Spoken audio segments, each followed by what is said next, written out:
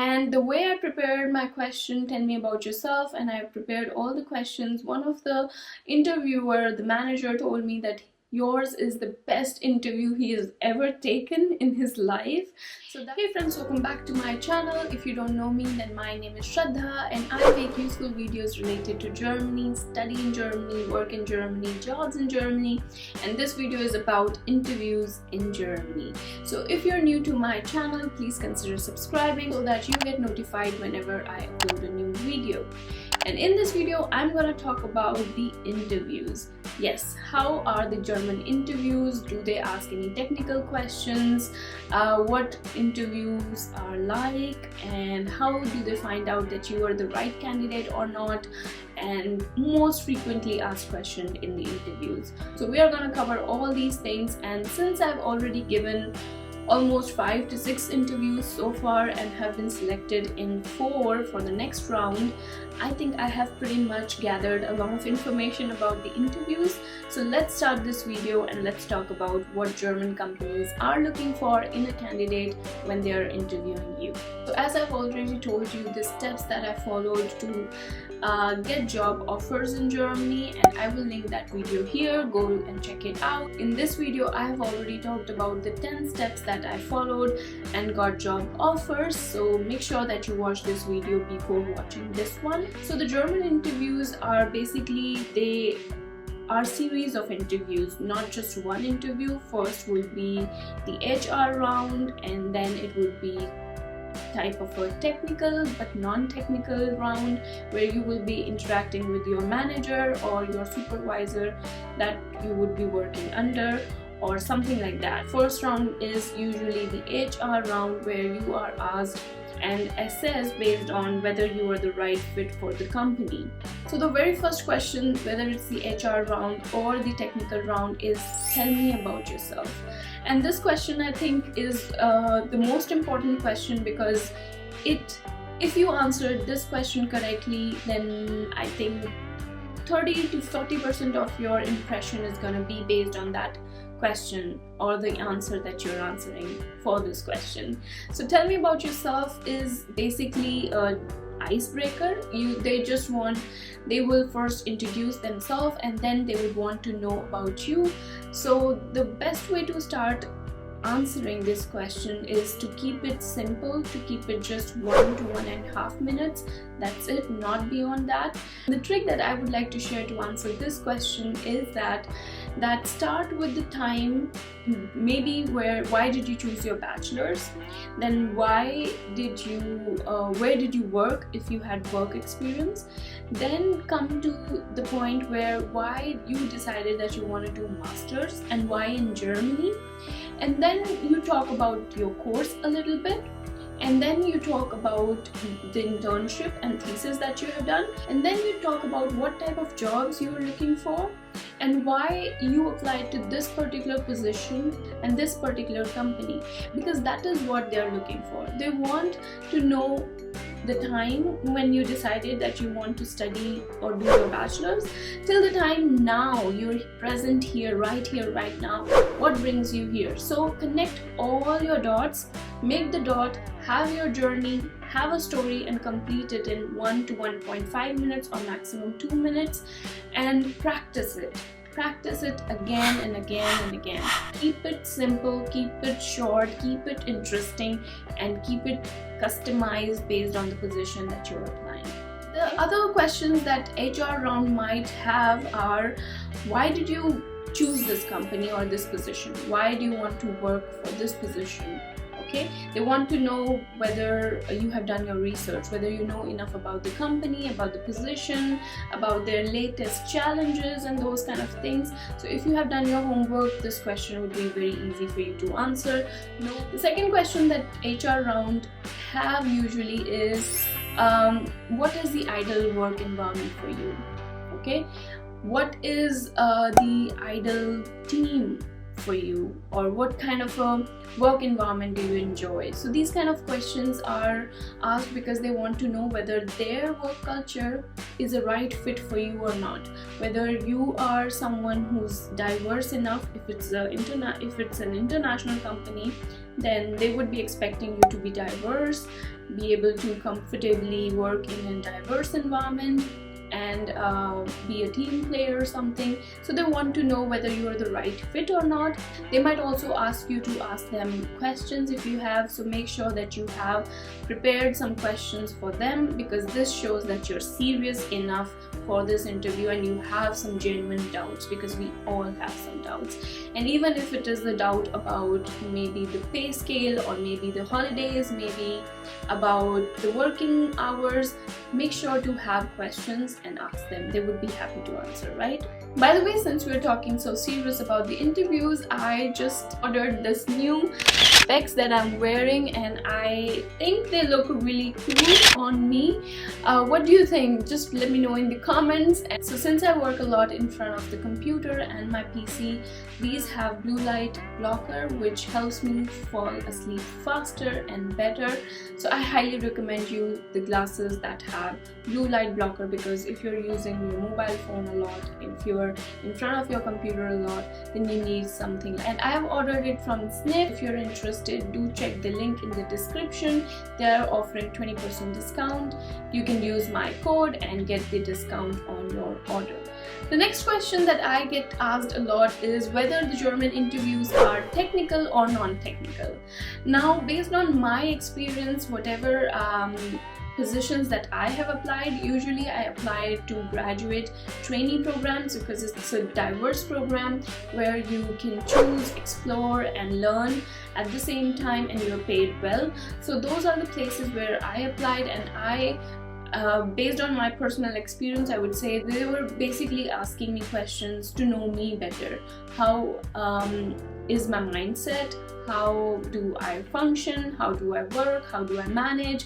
How do I organize? And what's my state of mind, basically? Because I had already given some tests, and for the graduate program there is a series of steps that they have. First would be the online test, then there will be a CV scan, and then there will be another round where you would be having some virtual interview, and then there will be another assessment center. I would be talking about assessment center in detail in my coming videos, so make sure to subscribe to this channel and also hit the notification bell so that you get notified, because these assessment centers are a must if you're applying for the graduate program. If you prepare yourself well enough, you are gonna crack every interview, every German interview, because trust me, very less people come prepared for the interview, and the way you're preparing yourself right now by watching this video, it's gonna worth it.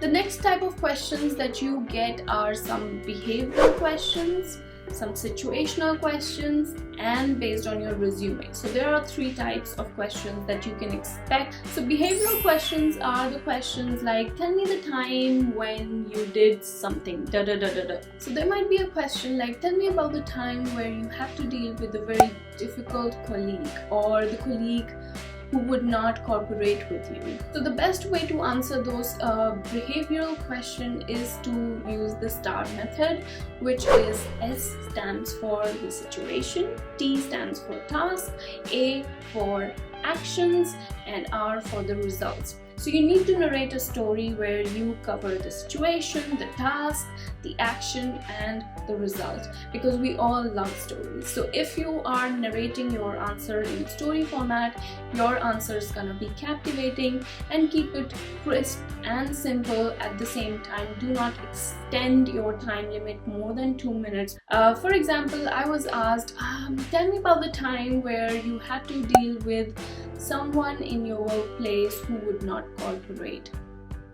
So I told them the situation, that there was a time when I had to prepare the data sheets for the sensors, and because we wanted to place the request for quotations to the vendor, and I needed some data from different departments like process, like piping, mechanical, and there was a guy in the mechanical who would give me data after the deadline. Because of his delay and sometimes inaccuracy in the data, my data would suffer. That was the situation. S is over. Now the task. The task was to fill in the data sheet, so I needed some of the different parameters or input from different departments. So I needed some parameters from mechanical department, and I used to email that guy again and again with gentle reminders so that he can give me the data that I need so that I can meet my deadline. So this was the task. Now the action. So after sending a lot of endless reminders, I thought I should approach this situation in a better way, and I invited him to have a coffee with me where we discussed about the situation, where I told him that his data is really important to me and the accuracy of the data is also very much needed because that impacts my decision making. And we agreed on having certain amount of tags, not all tags at once, but every day I will be sending him 10 to 20 tags, and he would have to fill those tags and send me back the very day, so that it's just 10 to 20 minutes of its time per day, and we'll see how it goes. Now the results. After following this method for 10 to 20 days, I could see that my data was complete, I was meeting all the deadlines, and the accuracy of data was better now. And this way I could place the request for quotation successfully and without any mistake. And my relationship with that guy improved because we worked together to solve this issue. So do you see the situation, the task, the action, and the result? Everyone wants to hear a happy ending, so make sure that you have a happy ending. Or if you do not have a happy ending, end it with the note of what did you learn from this incident. If this procedure was unsuccessful, if that guy would have denied, then I would have ended it in a better way of saying that, okay, I learned this from the incident. So this is the way you tackle the behavioral questions in a STAR method. The next question that you might get asked are situational questions, which are, what would you do if your boss doesn't agree with you? How would you handle a disagreement with the colleague? So these kind of questions are situational questions. They actually want to know how you tackle the situation, how do you behave in certain situations, so that they can analyze you, basically the situations that are uncomfortable, where actually you don't have much of a control over and you have to do and make a decision faster.